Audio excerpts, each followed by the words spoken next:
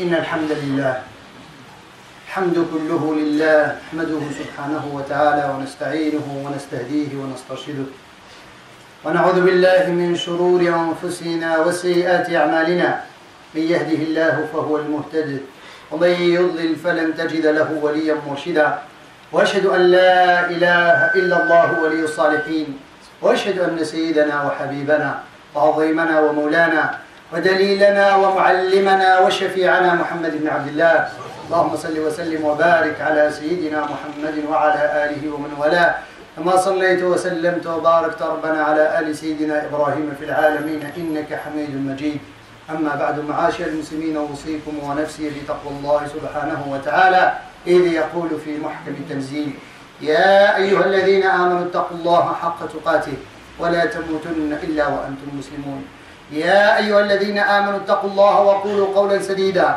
يصلح لكم أعمالكم ويغفر لكم ذنوبكم ومن يطع الله ورسوله فقد فاز فوزا عظيما اللهم اجعلني وإياكم من الفائزين فضلا بك ونعمة باب رسول الله. ما زال حديثنا مع السبعة الذين يظلهم الله في ظله يوم لا ظل إلا ظله ومع شاب نشأ في عبادة الله. وقد وصلنا أيها الأحباب الكرام إلى المراحل التي ينبغي أن ينتبه فيها الآباء إلى علاقتهم بأولادهم حتى ينبتوهم بإذن الله سبحانه وتعالى وعونه نباتا حسنا. لذلك كنا تحدثنا في الأسبوع الماضي عن الوسائل باختصار، وسائل التي تعيننا على أن نجتهد وأن نؤدي هذه المهمة أحسن أداء، ثم بعد ذلك الأمر لله سبحانه وتعالى من قبل ومن بعد. Alors chers frères, chers sœurs, on est toujours avec les catégories que Dieu subhanahu wa ta'ala ombrage sous son ombre le jour où il n'y a pas d'ombre à part la sienne. On va s'arrêter beaucoup, il va s'arrêter encore avec un jeune homme qui a grandi dans l'adoration de Dieu, la deuxième catégorie. On est arrivé à un moment qui est très important. Après qu'on a parlé de tout ce qui est important, tout ce qui est important avant avoir cet enfant devant nous, avant d'avoir cet amana et ce dépôt de Dieu subhanahu wa ta'ala, on doit préparer pas mal de choses, on en a parlé.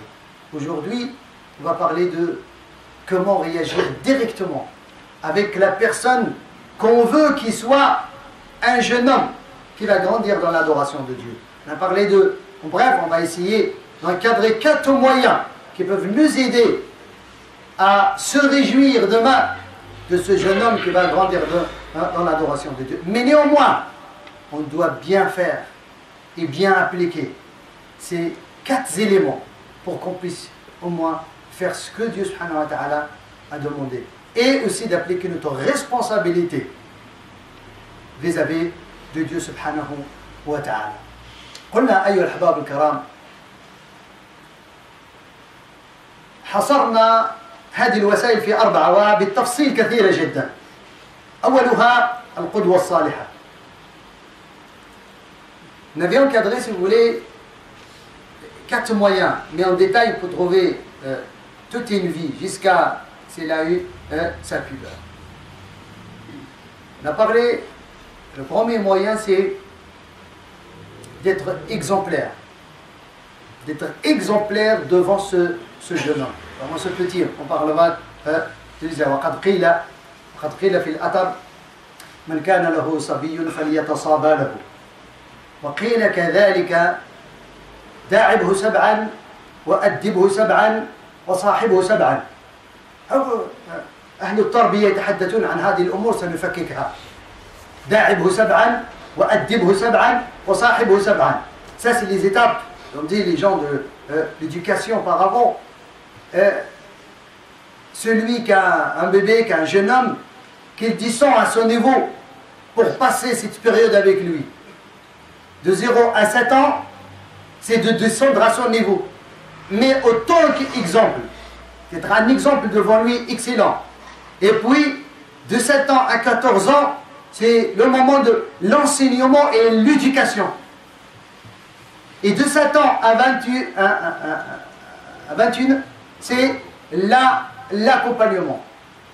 c'est de l'accompagner. C'est plus, tu ne le considères plus comme ton fils, où il y a cette autorité de force de... Non, il y a ce message comme ton ami, ton copain. C'est très important. ثم الدعاء. وهذه الأربعة التي ذكرناها هي تصحب الولد من 0 إلى 21 يعني حين يستقل بنفسه القدوة والتعليم والتأديب ثم الصحبة ثم الدعاء. إذن الآن نتحدث عن القدوة. كيف نكون قدوة يا أولادنا؟ وهذه القدوة في بداية العمر. Comment un père et un maman devaient être un exemple excellent devant leurs enfants, garçons ou filles. Dans cet âge, avant 7 ans,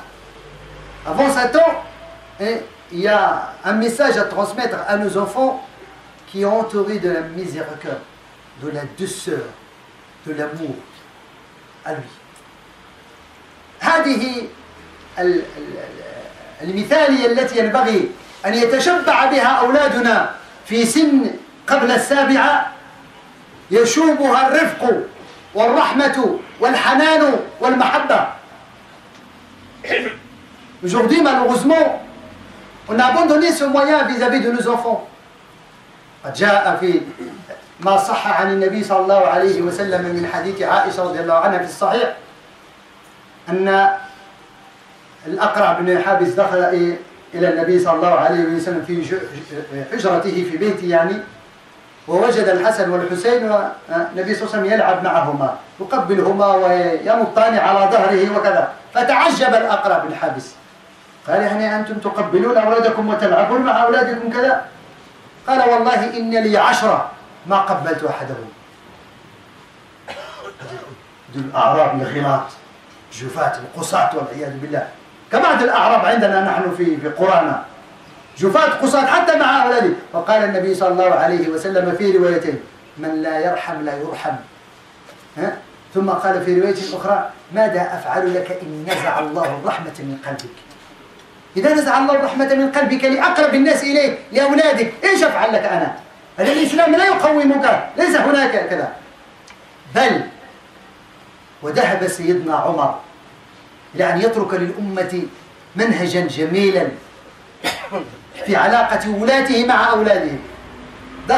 دخل أحد الولاة إلى عمر بن الخطاب رضي الله عنه ووجده مستلقيا في بيته وصبيته يعني أحفاده يلعبون معه ويقفون على ذره ويضاحكهم وكذا. وكان عمر الذي تخافه الملوك من بعيد،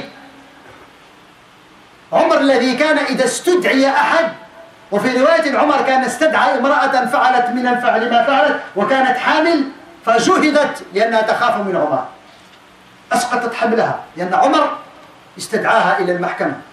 عمر إذا سمعه القياصرة من بعيد يرتجفون، كان يلعب الصبية وراء ظهره ويضحكهم كما يقولوا ويبجعونه بجغا. فلما جاء هذا الولي دخل عنده يعني كأنه في وجهه استنكر يا أمير المؤمنين إيش تفعل مع الصبية هكذا؟ قال له كيف أنت مع أولادك؟ فقال له إذا دخلت إلى البيت سكت الناطق، قال اعتزل أمرنا، expulsé. أنت لا تليق أن تولي أمرا من أمور المسلمين، فأنت لست رحيما بأولادك، فكيف أن ترحم أمة رسول الله عليه. Il a exclu de son mandat. L'exemple. Alors, le fait de donner un exemple à nos enfants dans le premier âge, ce n'est pas un exemple strict comme ça. D'abord, ça commence avec cette miséricorde, cette douceur, cet amour qu'on doit manifester à nos enfants à cet âge. Et cet amour, il doit être toujours, mais seulement quand ils sont dans cet âge, ils ont toute l'autorité de faire ce qu'ils veulent. Après, on va donner tout à l'heure les exemples, même dans la prière. Aïcha nous raconte dans le Sahih que l'Aqra ibn Habis il est rentré dans la maison du prophète, il a trouvé le prophète en jouant avec ses petits enfants. Celui qui monte sur son dos, celui que l'embrasse ici, ainsi de suite. Il joue avec eux. Et l'Aqra ibn Habis il a dit, vraiment il n'a pas. Et vous faites comme ça avec vos enfants? Moi je n'ai 10, j'ai jamais embrassé aucun parmi eux. Ça, c'est des bédouins vraiment qui sont... Le prophète, il lui a dit dans 2 versions. Qu'est-ce que tu veux que je fasse pour toi si Dieu, il a enlevé la miséricorde de ton cœur? Et Dieu n'accorde jamais sa miséricorde à celui qui n'est pas miséricorde vis-à-vis d'autrui. Voilà pour toi. Et voilà l'exemple de Omar ibn Khattab. L'exemple, celui qui est strict, celui qui... ses paroles, ça trouble la personne de loin. Quand il envoie un message à quelqu'un, même si c'est un mécréant, ça trouble. Omar ibn Khattab, quelqu'un qui est dans la justice, c'est sévère, ça ne rigole pas. Un jour, un parmi ses préfets, il est rentré pour des affaires de la nation et ainsi de suite. Il est rentré d'un coup chez lui, il a trouvé Omar ibn Khattab s'allonger par terre et ses petits-fils qui jouent sur son dos, qui voilà, il court derrière celui-là, et ainsi de suite. Et ce préfet, il a essayé étonné, il dit comment, Amir al-Mu'minin, le chef de l'État, tu joues avec tes enfants comme ça? Tout de suite, Omar ibn Khattab, il a réagi. Il dit comment tu agis avec tes enfants, toi? Comment tu es avec tes enfants? Parle-moi de ton état avec tes enfants. Il dit, moi, quand je rentre à la maison, celui qui parle, il se tait. Il va dire, tu signes ta démission. Tu ne mérites plus d'être parmi nous, le préfet. Tout de suite.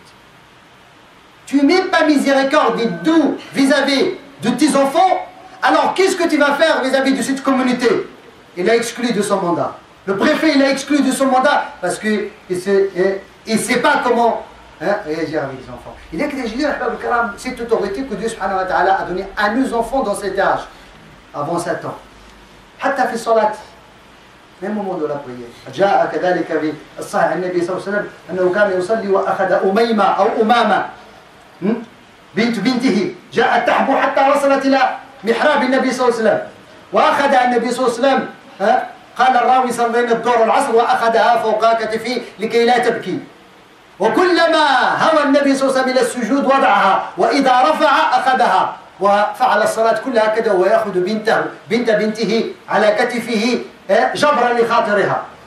والحسن والحسين يلعبان في المسجد ويأتيان إلى النبي صلى الله عليه وسلم وهو ساجد ويستقلان ظهر النبي صلى الله عليه وسلم فيطيل النبي صلى الله عليه وسلم السجود. يطيل السجود حتى قال الصحابة لقد هممنا بشر. Nous, on a cru que le prophète il est mort. Parce qu'il a prolongé la prosternation peut-être une demi-heure ou je ne sais pas combien. فلما سلم النبي بعد الصلاة قال يا رسول الله أنت طولت السجود. قال قد استقل ولداي ظهري ولا أريد أن أزعجهما. استقل ظهري ولا أريد أن أزعجهما. ولادي يركبوا عليا ما بغيتش نخسر لهم خاطرهم حتى ينزلوا على خاطرهم. وكون شي واحد فينا وكون لحهم الهب. علاش؟ ان شي واحد من الناس غادي يقول لي اش هذا الشيء هذا. الكرام هذه لا بروميير شوز ça commence. Alors Nabi sallallahu alayhi wa sallam dans le Sahih, cette petite fille Umayma ou bien dans le verset s'appelle Umama, hein, il est venu à 4 pattes jusqu'au prophète du prophète sallallahu alayhi wa sallam et le prophète pour qu'il ne dérange pas les autres et qu'il ne pleure pas, il l'a pris sur ses épaules. Il a fait toute la prière en prenant sa petite fille sur les épaules. Chaque fois quand il prosterne, il la pose et après, quand il va se redresser, il la reprend. Toute la prière. Dans l'Azhar, comme il a dit le narrateur. Et aussi le prophète, il est en prière et le Hassan et le Hussein, ils viennent jusqu'au petit du prophète et ils ont monté sur son dos et il est en état de prosternation. Et le prophète sallallahu alayhi wa sallam a prolongé la prosternation. Au point que les compagnons, ils ont dit, peut-être le prophète est décédé. La première prosternation prolongée. Et quand le prophète il a fini sa prière, on dit au prophèt du Saint, tu avais prolongé la prosternation de quel rak'at? Qu'est-ce qui s'est passé? Il a dit parce que 2 cavaliers, ils ont monté sur mon dos, je ne veux pas les déranger. Et 2 cavaliers, mes petits-fils, ils ont monté, je ne veux pas les déranger. Je les ai laissé le temps jusqu'à ce qu'ils ont pris la décision de descendre, ils ont descendu. Ici, le prophète, il va nous montrer que nos enfants, ils devaient apprendre que cette prière, c'est une source de miséricorde. C'est une source de douceur. Cette prière, ça rend leur père une bête. Ils peuvent monter sur le dos de leur père, au moins quand ils font la prière. Cette prière, ça dans son père, ça veut dire mobile. Tu fais ce que tu veux quand ton père est prosterné. Mais nous, malheureusement, c'est le contraire. Alors on doit commencer avec ces premiers pas avec nos enfants pour qu'ils inspirent cette douceur et cette miséricorde de l'islam. Et ça, c'est le premier point dans ce côté-là.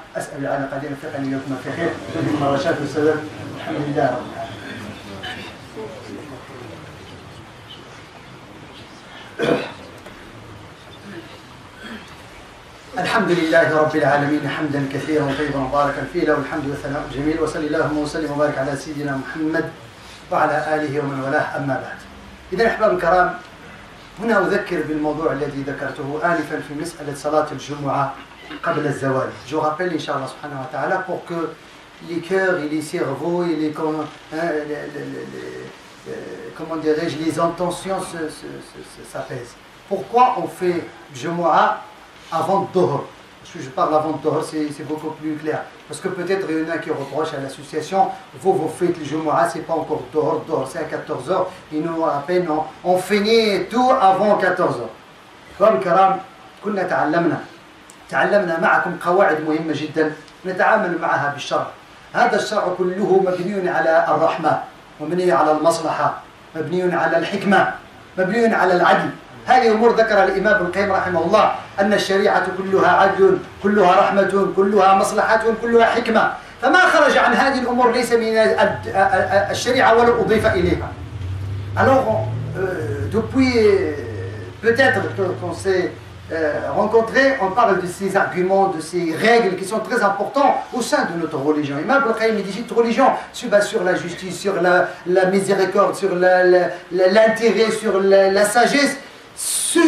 Toute règle, toute adoration sort de cela, il n'est pas à la religion. Alors on s'est basé sur quoi pour faire, parce que c'est une adoration quand même, ça va. On va marcher petit à petit pour bien comprendre. أولا في الفقه هناك خلاف، il y a une divergence entre les savants. Les trois grands savants, l'imam Abu Hanifa, wa Malik wa Shafi'i, ils ont dit que l'heure de Jumu'ah, c'est l'heure de Dhuhr. L'imam Ahmad, il a dit non. L'heure de Jumu'ah, ça commence comme l'heure de l'Eidain. Comme l'heure de Salat al-Eid, à 10h du matin. De 10h du matin, et même avant, ça commence l'heure de Jumu'ah. Bien, il y a une divergence alors entre trois savants et un grand savant. Ce n'est pas dans le vide que ce savant-là, il va donner cette fatwa, cet argument. Il va entourer cette oration. Alors, la première chose, il se base sur quoi? L'imam Ahmed. Parce que les autres, on va dire, ils se basent sur quoi? Sur Dhuhr. Il est remplacé par le Jumu'ah, le jour de Jumu'ah. Alors, automatiquement, il va être à l'heure de Dhuhr. C'est logique. Mais l'imam Ahmed, est-ce qu'il a d'arguments? J'ai cité tout à l'heure trois arguments. Deux hadiths et une pratique des compagnons du prophète sallallahu alayhi wa sallam. Le hadith de Jabir ibn Abdullah, quand il était interrogé, حينما سئل جابر بن عبد الله رضي الله عنه متى تصلون الجمعة في عهد النبي؟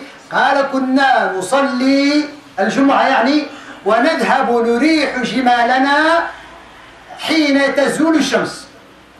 حين تزول يعني هم يمشوا يريحوا الجمال تاعهم حين تزول الشمس، يعني هم صلوا قبل الزوال. طيب، وقال العلماء فيه الشوكاني وغيرهم وفيها دليل على أنهم قد صلوا قبل الزوال. Alors Jabir, quand il était interrogé, à quelle heure vous faites la prière à l'époque du prophète? Il n'a pas donné l'heure parce qu'ils n'ont pas 24 heures comme nous aujourd'hui. Il a dit, on fait la prière de Jumu'ah avec le prophète et nous on part pour faire reposer nos chameaux, pour les faire rentrer ainsi de suite, au moment où le soleil s'incline vers le couchant. Ça veut dire au moment où le soleil quitte la moitié de... Ça veut dire la moitié de la journée. Les savants ont dit alors, tant qu'eux ils font la prière, ils font le khutbah, tout, et puis au moment, au commencement de la moitié de la journée, et ils y vont déjà pour leur bête, alors ça se montre qu'ils ont fait Salat al-Jumu'ah avant le Zawal. وحديث أبي سعيد رضي الله عنه أنه قال كنا لا نقيل ولا نتغدى إلا بعد صلاة الجمعة مع النبي صلى الله عليه وسلم. Ce compagnon, il dit nous, on ne fait pas la sieste et on ne mange pas le repas de déjeuner à l'époque du prophète que après le Jumu'ah. Imam Shawkani, il a dit dans son ouvrage, ici il y a un argument aussi fort parce qu'à cette époque-là, ils ne connaissent pas la sieste ni le repas de déjeuner que après Zawal. Vous voyez, ça montre qu'ils font la prière avant la moitié de la journée, et quand tu reviens à la maison, c'est la moitié de la journée, c'est là où ils font la sieste et le déjeuner. Et puis, c'est l'opinion d'un grand savant qu'on connaît dans notre époque, il est décédé, rahimahullah, Cheikh Al-Uthaymin. Cheikh Al-Uthaymin, rahimahullah, quand il a été interrogé, il a dit, oui, bien sûr, on peut faire le Jumu'ah avant le Dhuhr. Voilà. La deuxième chose, c'est la tradition que un parmi les compagnons, Ibn Saydan al-Hilali, radiallahu anhu, قال صليت مع أبي بكر الجمعة وأحسب أننا صلينا قبل زوال الشمس وصليت مع عمر بن الخطاب رضي الله عنه الجمعة وأحسب أننا صلينا عند منتصف النهار وصليت الجمعة مع عثمان بن عفان وأحسب أننا صلينا بعد أن انتصف النهار وما عاب أحدهما عن الآخر. هذا رواه في كشاف القناع. إذا ce compagnon, il nous a raconté, une génération après les compagnons, il a dit, j'ai fait le Jumu'ah, la prière du Jumu'ah à Abu Bakr à l'époque d'Abu Bakr, et on a vu, on a remarqué qu'il a fait le Jumu'ah avant Zawal, avant la moitié de la journée. Et j'ai fait le Jumu'ah avec Omar ibn Khattab. À ce moment-là, l'Amir, c'est lui qui fait le Jumu'ah lui-même. Pas dans notre contexte aujourd'hui, l'Amir il ne connaît même pas une phrase complète en arabe au lieu de faire le Jumu'ah. Là, le Musta'an. Ça, c'est entre parenthèses algériennes. Et à l'époque de Omar, il a dit on a fait le Jumu'ah avec lui quand c'était le début de la moitié de la journée. Et j'ai fait le Jumu'ah avec Uthman ibn Affan. Et j'ai vu qu'on a fait le Jumu'ah après que la journée s'est déjà passé la moitié de la journée. Et aucun parmi l'un a reproché à l'autre pourquoi il a changé les heures de la prière. Alors ça, c'est ces arguments qui sont clairs et forts, même s'il n'y a pas de raison. Même s'il n'y a pas de raison. Alors s'il y a une raison, on est tous d'accord. نحن كلنا أحباب الكرام حينما تكون هناك حاجة نصلي العصر قبل الوقت. أليس كذلك؟ نصلي العشاء قبل الوقت. أليس كذلك؟ أو نؤخر الظهر حتى يفوت وقت الظهر ويصبح وقت العصر. أو نؤخر العشاء حتى يفوت حتى وقت نؤخر المغرب حتى يفوت وقت العشاء. أليس هذا حق؟ حينما تكون مسافر. حينما تكون مسافر تصلي الظهر بعد العصر أو تصلي العصر قبل الوقت أو تصلي العشاء قبل الوقت. هذه حاجة سبب. حينما يكون المطر أو شيء يمكن يصلي الإمام العشاء والمغرب ويروح الناس لأن في مطر في كذا صلينا العشاء قبل الوقت. إذن فذلك يقول العلماء فبالأولى والأحرى إن كان ثم حاجة. Alors si les gens, les savants, les gens aujourd'hui individuellement pratiquent une chose que parfois il faut les prières avant l'heure. Quand on est en voyage, on fait l'asr avant l'heure. On regroupe l'asr et le dhuhr. C'est pas encore l'asr. Mais on le fait avec le dhuhr. C'est pas le problème. Pourquoi? Parce que je suis en voyage, ou bien je suis au travail, je ne peux pas sortir après le maghrib, et ainsi de suite. Ou bien on fait l'isha avant l'heure, ou bien on retarde le maghrib. Tout ça on est d'accord. Alors le Jumu'ah, il n'est pas sorti dans cette règle. Si on a une raison forte de faire dhuhr avant l'heure, ou bien de retarder le dhuhr après l'heure, c'est la même chose pour le Jumu'ah. C'est pour ça quand les frères, ils ont vu qu'il y a une bonne partie des musulmans qui vont rater le Jumu'ah si on change l'heure, parmi les étudiants. Et non, on parle de jeunes hommes agrandis dans l'adoration de Dieu. Ces jeunes hommes, il faut qu'ils s'attachent à le Jumu'ah. Parce que déjà, pour eux, c'est un endroit où ils apprennent leur religion. Si on change l'heure, tous les étudiants, ils ne viennent plus pour faire le Jumu'ah. Parce que c'est à 14h, il faut qu'ils rejoignent l'école. Ceux qui travaillent dans les administratifs, si on change l'heure, ils vont faire plus la prière de Jumu'ah. Il faut qu'ils attendent 6 mois pour le changement d'heure pour qu'ils fassent. Ceux qui ont demandé déjà l'autorisation, quand il y avait le changement d'heure, ils vont redemander encore l'autorisation à leurs parents, 2 fois par an pour changer de temps. Ça montre que notre religion, alhamdoulilah, il est assez souple pour répondre à toutes ces questions. Et le but, c'est quoi? C'est de faire le Jumu'ah et d'apprendre quelque chose à travers le Jumu'ah, tant qu'il y a une opinion qui est importante. Et aujourd'hui, vous pouvez vérifier, tous les rassemblants des juristes, des ulémas de la Ummah aujourd'hui, qu'ils soient à la Mecque ou l'Union des savants internationale, ou le Conseil européen du fatwa, tout le monde aujourd'hui, d'accord. Beaucoup plus, ils ont autorisé dans certaines mosquées de faire le Jumu'ah 2 fois. Alhamdulillah, non, le Jumu'ah, c'est assez encore pour les gens. Il y a des mosquées ici en France où ils font le Jumu'ah 2 fois, une à 1h et une à 14h. Déjà, c'est rajouter une autre raison qui n'a été jamais faite à l'époque, ni des compagnons, ni de rien du tout. Mais seulement, la raison, il y a une raison pour faire quelque chose. Pour ça, ce n'est pas la peine parfois de faire des polémiques en se basant sur rien. Tout pour déranger l'imam et l'association et tout le monde. Non, quand les choses sont basées sur des règles et des arguments, c'est fini. Si ça ne te plaît pas, ni l'imam Ahmed, ni tout ce qu'on a dit, il n'y a pas de souci. Mon frère, tu ne fais pas la polémique. Il y a plein de mosquées autour de nous. Tu peux y aller faire là où ils font alors. Quand Nabi sallallahu alayhi wa sallam nous a cité les actions du bien, pour faire du bien. Tu donnes le monde, tu dis ci, tu fais ça, tu fais ça. Un copain lui a dit, moi si j'ai pas d'argent pour faire le monde, j'ai pas de santé pour être au service de quelqu'un, j'ai rien pour faire tout ce que tu as dit. Donc en fait, il lui a dit, hein, laisse la communauté, hein, que la communauté soit à l'abri de ton tort, c'est une aumône pour toi. Garde ta langue. Et laisse la communauté en tranquille si elle s'est mis d'accord pour faire quelque chose. Pour toi, c'est une aumône. Alors c'est la même chose qu'on dit aux frères et aux sœurs qui peut-être ne sont pas d'accord avec nous. Néanmoins, de les laisser tranquilles. Et il y a beaucoup de solutions, alhamdoulilah, vous pouvez aller ailleurs. Ça, si je dis, ça veut dire que c'est vraiment, vous ne voulez pas carrément, ni Cheikh Al-Uthaymin pour vous, ça vaut rien, ni l'imam Ahmed, ça vaut rien, ni tout ce que j'ai cité, ça vaut rien pour vous. Vous avez raison, c'est votre problème. Mais là, ne faites pas la polémique, ne faites pas le désordre dans notre mosquée. C'est la seule chose qu'on demande, pour que tout le monde soit, hein, dans l'unité, dans la fraternité, dans la miséricorde. نسأل الله سبحانه وتعالى يوفقنا ويوفق ويلهمنا الرشاد والسداد ونسأل سبحانه وتعالى أن يجعلنا في خير هذه الأمة وفي سبب جمع هذه الأمة نسأل الله سبحانه وتعالى يوفقنا لما في خير ويلهمنا الرشاد والسداد ويجعلنا في خدمة عباده ودينه ومساجده وأمته جميعا والإنسانية والعباد جمعا إنك يا رب نعم المولى ونعم النصير اللهم انصر إسلام المسلمين اللهم يا رب وفقنا لما تحب وترضى وجنبنا ما تكره وتأبى اللهم اجمع شتات المسلمين وألفهم على الحق والدين لا اجعل منا ولا معنا ولا من بيننا يا ربنا شقيا ولا محروما اللهم شافي مرضى المسلمين في كل مكان وعافي مبتلى المسلمين في كل مكان ورد غائب المسلمين في كل مكان اللهم انصر اسلام المسلمين في كل مكان وعلمنا علما ينفعنا وبارك لنا فيما علمتنا وزدنا علما واجمعنا على طاعتك ورضوانك